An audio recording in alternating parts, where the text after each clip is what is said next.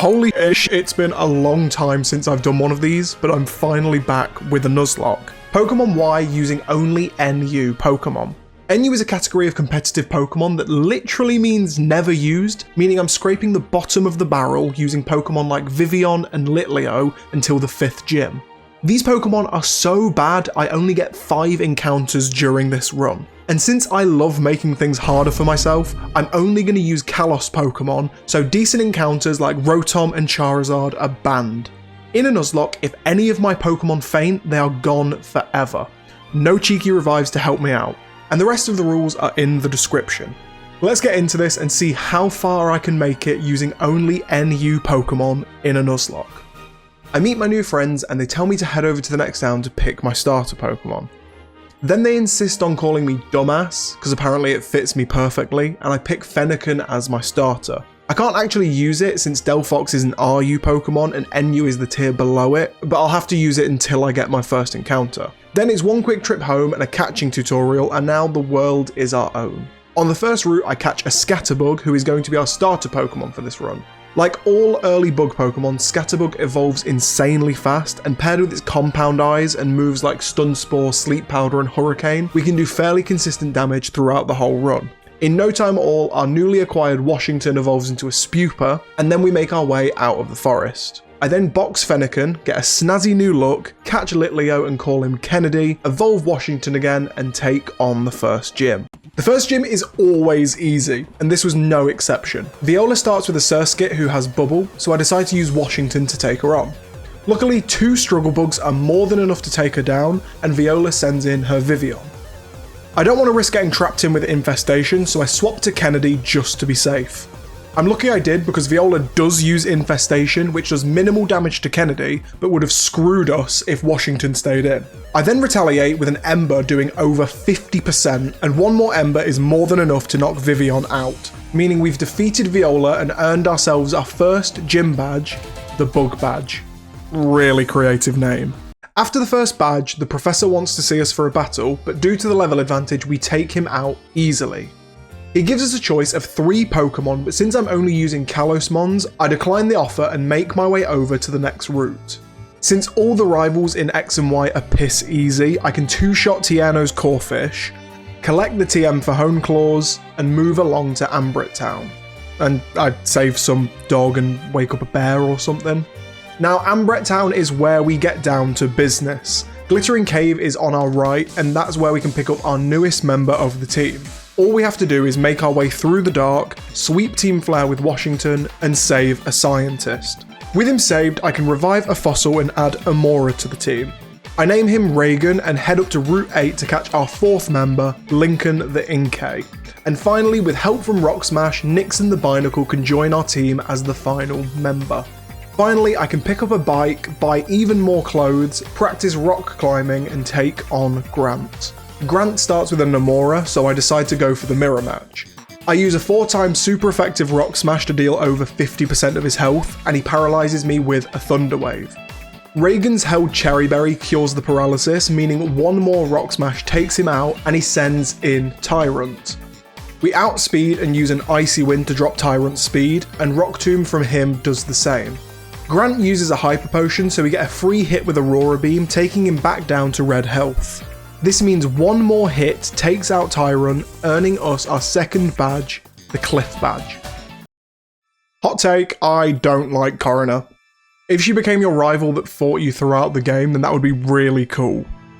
Like, imagine a gym leader training to get better than you, and then maybe for some added difficulty you replace the AZ fight at the end of the game. Because really, I don't think anyone has struggled with that fight. But no, we end up with 3 fights and a gift Lucario. Like, thank you for the Mega Bracelet, but the potential is so wasted.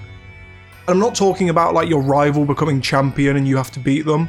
I mean like a gym leader you've already beaten that goes travelling to power up their team and fights you periodically throughout the game.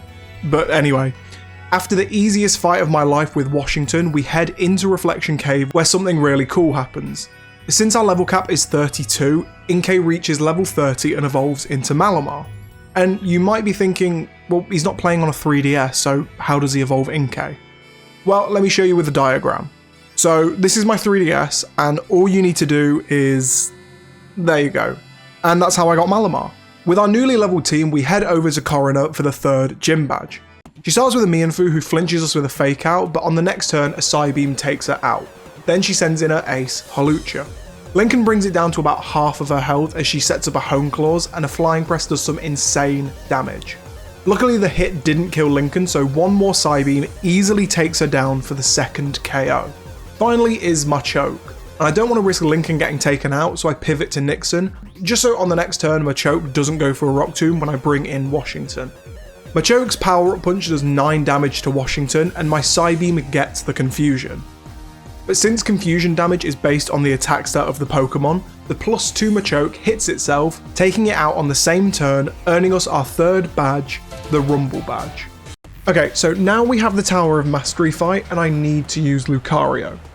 It's technically not an NU Pokemon, so I have to make this exception just once, but once I'm done, Lucario is getting boxed. In 2 hits, we're done, and Lucario can be trapped in the box forever. We could release it, but just to spite Coroner, I'm not going to do that. We get Surf, a gift Lapras so we can ride in style, and one of the best items in the game, Leftovers, and it's just hiding behind a cut bush. My team and I then take the next train to Coumarine City, which is home of the 4th gym.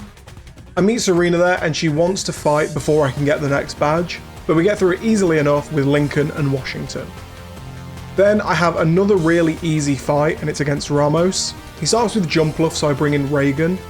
I was going to use Washington to sweep his team, but Jumpluff can outspeed and could get the Oko with Acrobatics. So I decide to go with an Icy Wind to take him to red health and lower his speed. Ramos then wastes a potion, and then 1 Aurora Beam is more than enough for the knockout. Second is Weeping Bell, so I bring in Washington, and all he does is go for a Poison Powder. It does 12 damage, and that isn't enough to stop a Psybeam taking Weeping Bell down. So we then level up to 35 and learn Washington's strongest move, Bug Buzz. Bug Buzz goes on to decimate Go-Go, taking it to what must be 5 HP. Like with Jumpluff, Ramos heals and 2 more Bug Buzzes take it out, earning us our 4th badge, the Compost badge. It's not actually called that, but I can imagine a few of you looked that up or paused the video to go check. It's power plant time, baby!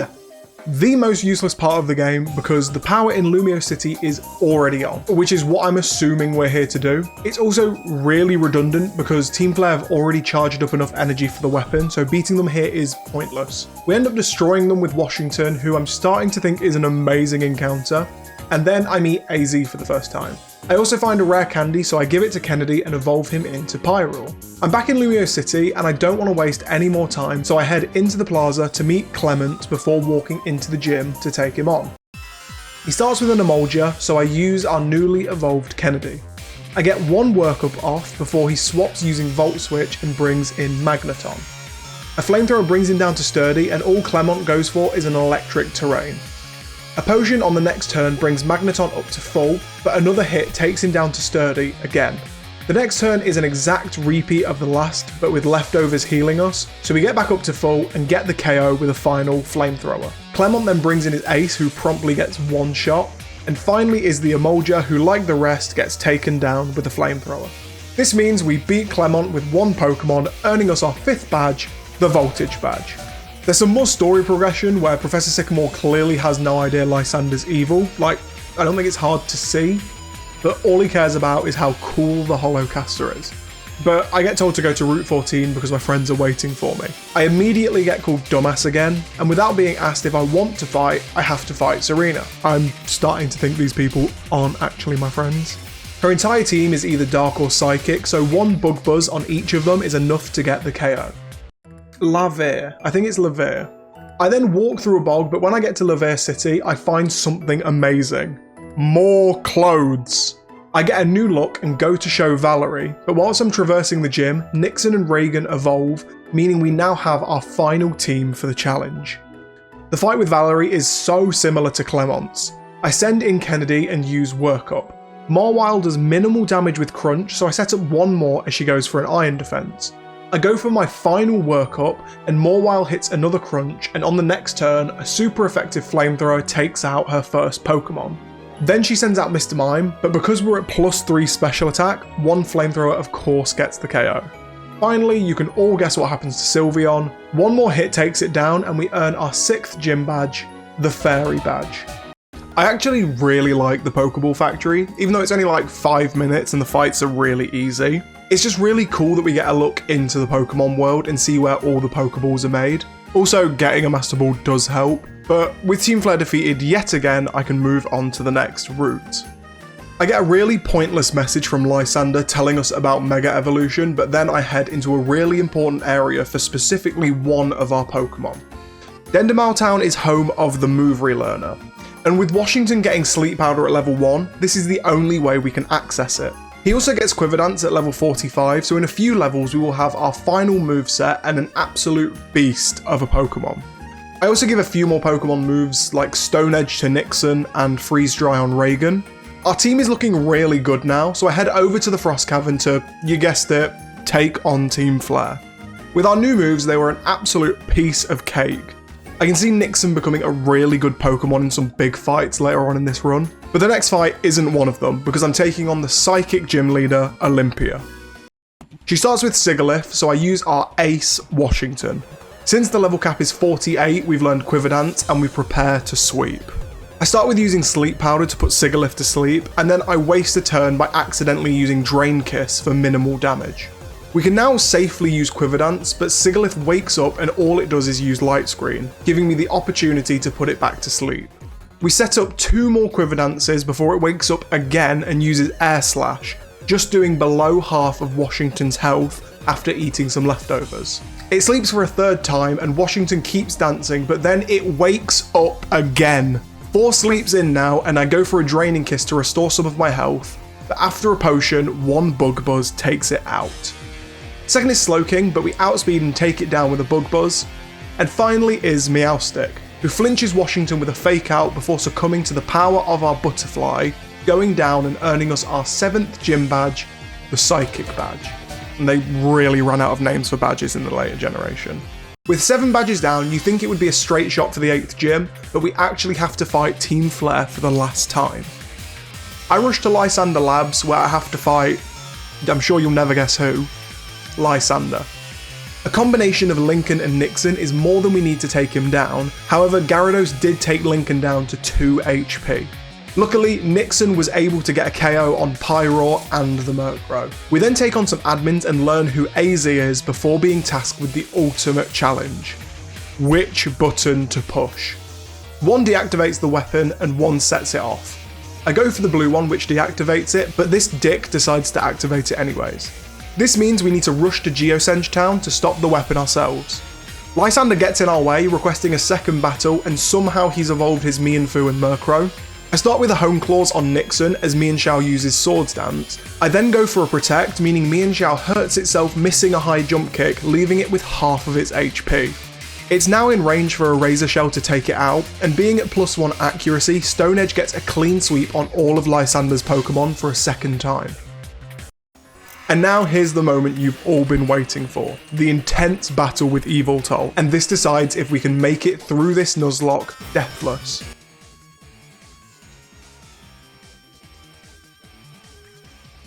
And there we go. The only downside is that because we have 5 Pokemon, Yveltal is forced to the front of the party, meaning I need to spam its only non-damaging move until it gets taken out in the final battle with Lysander. Yveltal goes down to Mienshao, so I bring in Nixon for another round of Hone Claws and Protect. Mienshao crashes again, allowing me to do enough damage to take it out with a Razor Shell. Then he sends in Pyroar, and I go for a Protect for a little bit of health back with leftovers, before outspeeding and getting a 2nd KO with Razor Shell. Then comes out Honchkrow, and again Razor Shell does the trick, before Lysander sends in his Mega Shrimp. I Protect 1 final time for some health back, and land a Stone Edge for the win, meaning the boss of Team Flare was taken out by a collection of barnacles. With Team Flare defeated and their massive weapon destroyed, I can make my way over to the final challenge before the Elite Four, Wulfric's Gym.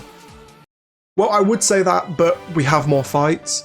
A pitiful fight against Sycamore that Nixon and Reagan can hand easily, and a terrifying gauntlet on the bridge against our rivals, boasting Pokemon like Shauna's Delcatty that uses Charm on my special attackers, or Tierno's Roserade that only knows Petal Dance. Long story short, we ice them and head over to our final challenge in Snowbell City. Wolfglick's gym is pretty cool. And this will probably be one of our hardest challenges. Oh, no. Okay, we're done. Cool. I guess that means I have the world champ difference now. So by now we've made it to Victory Road where we have our final fight with Serena. And honestly, it was as trivial as always. I put Meowstic to sleep with Washington and use a few Quiver Dances, and then I take it out with a Bug Buzz. The same goes for Greninja, Flareon and Absol, but I use a Draining Kiss on Altaria for super effective damage. This means I've made it to the Pokemon League, and I'm not gonna lie, this might be one of the best teams we've ever had. Partly because X and Y are the easiest games in the series, but I'm not gonna disrespect the team like that. Going into the Elite Four, we meet Malva in the main chamber, so I decide that she will be the first victim of our never used team. She starts with Pyroar and I use Nixon. We get hit with a Wild Charge doing pitiful damage and I use a Hone Claws. Noble Roar drops my attack, but all we really needed was the accuracy boost from Hone Claws, so now a Razor Shell can take Pyroar out in one hit. She then brings in Torkoal, and thanks to the accuracy boost we can outspeed and take it out using a Stone Edge. And then the same goes for the Chandelure. And finally, her ace Talonflame barely scratches us before getting demolished with one last Stone Edge. This means 1 down, 3 to go with no casualties. Seabold is next, and I decide to do a classic Washington sweep. He starts with Clawitzer and I waste no time putting him to sleep before using Quiver Dance. I get 3 off before Clawitzer wakes up, nailing us with a Water Pulse and doing some decent damage. I go for a Sleep Powder and we actually miss. With Compound Eyes, Sleep Powder has an accuracy of 97.5%, meaning this is one of the most unlucky rolls in any Nuzlocke I've played. A second Water Pulse takes us to around half and I connect with another Sleep Powder.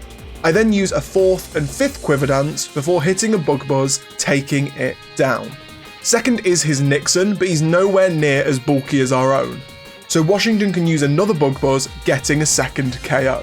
As for Gyarados, I would have expected a +5 hit to take him out, but he hangs on with about 1/6 of his health.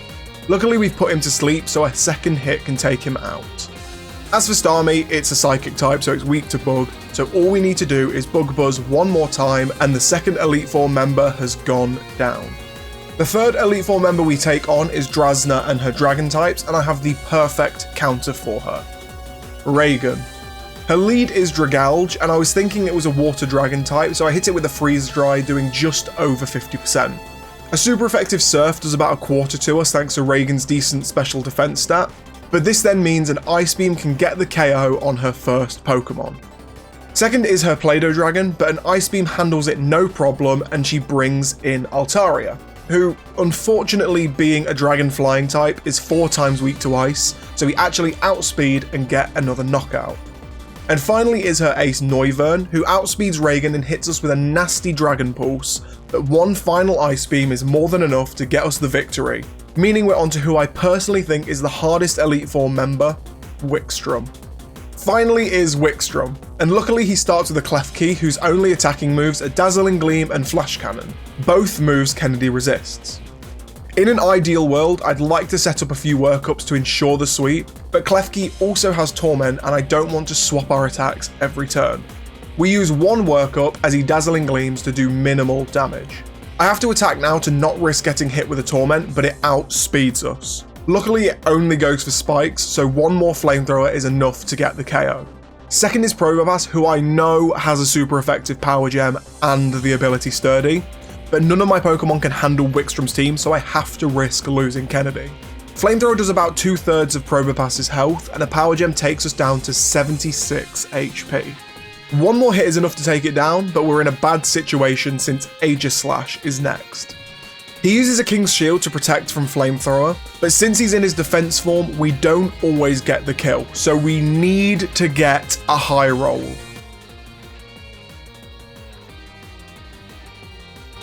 And we do, getting the one shot on his ace Pokemon, meaning all we have to do now is take out his Scizor. One simple hit does the job and we earn the chance to face Diantha. We did it. We bested the Elite Four. Now all that is left is the champion Diantha, and I think there's only one way to do this. Using our starter, our first Pokemon of the run. We're gonna sweep Diantha with Washington. Diantha starts with Hawlucha, so I have to put it to sleep and start dancing. After 3 turns, it wakes up doing about a quarter of our health with Poison Jab before it sleeps again. I get Washington to +5 and one tiny kiss obliterates the Luchador. Second is Tyrantrum, and just to be safe, I put it to sleep before clicking Bug Buzz and getting an Oko. Third is her own Reagan, but Diantha isn't as strong as us, and another Bug Buzz does the job. Next is my favourite pseudo-legendary Goodra, but regardless of my love, I know what has to be done, so we send one more hit into him. Then Diantha sends in Gourgeist, but since it's a grass type, one super effective hit takes it down no problem. And finally is Mega Gardevoir.